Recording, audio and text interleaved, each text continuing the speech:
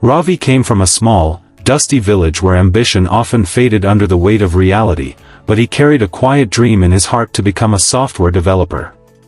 His family was poor, his father was a tailor, and their modest income barely covered basic needs. They didn't own a computer, and the idea of enrolling in a formal course seemed like a distant fantasy. But Ravi refused to let his circumstances define his future.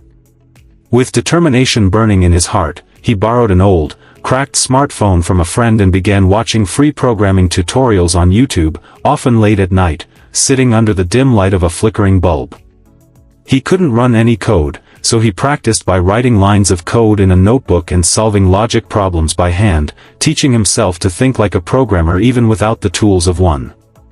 By day, he stitched buttons and ironed clothes in his father's tiny shop, saving every rupee he could.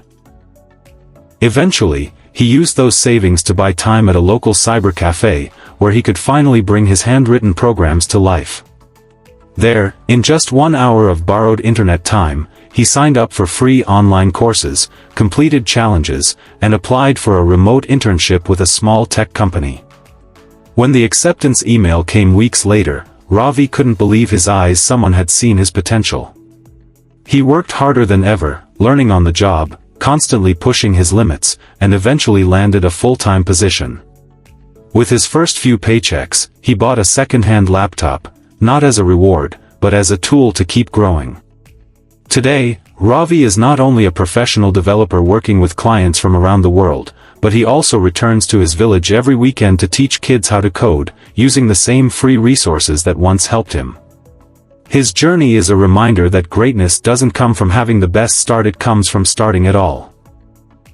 You don't need the perfect setup, expensive equipment, or ideal circumstances. You just need the courage to begin, the will to keep going, and the wisdom to use whatever you have in your hands right now.